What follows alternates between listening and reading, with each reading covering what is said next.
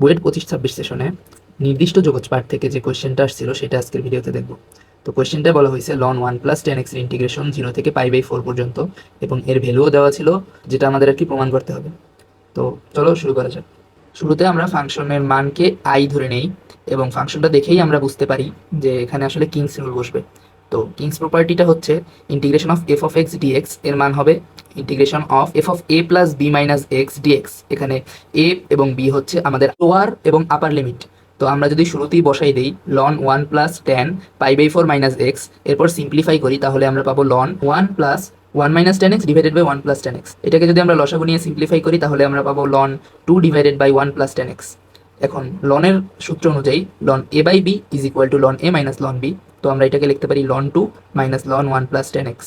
তো ln 1 + tan x এর integration তো আমরা আই ধরে নিছি, তাইলে i = integration of ln 2 dx - i, অর্থাৎ 2i এর ভ্যালু হচ্ছে আমাদের π/4 ln 2 এর সমান, অর্থাৎ আমাদের i এর মান হচ্ছে π/8 ln 2।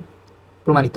এটাকে আসলে তেমন কঠিন প্রশ্ন বলা যায় না, তবে অবশ্যই এটা ইউনিক ছিল, যেহেতু এটা আগে কখনো কেতাব স্যারের বই বা কোনো একাডেমিক বইয়ের কোয়েশ্চেন ছিল না। তবে আমার ক্ষেত্রে বললে এই প্রশ্নটা আমার কমন ছিল, আমি এই কোয়েশ্চেনটা হুবহু আমি আগে করেছি, সেই জন্য আর কি এক্সামেও আমি এই কোয়েশ্চেনটা সলভ করতে পারছি। তোমাদের জন্য অ্যাডভাইস থাকবে যে তোমরা বেশি বেশি কোয়েশ্চেন প্র্যাকটিস করো, তাহলে তোমরা সহজেই এই ধরনের কোয়েশ্চেন এক্সামে সলভ করে আসতে পারবে।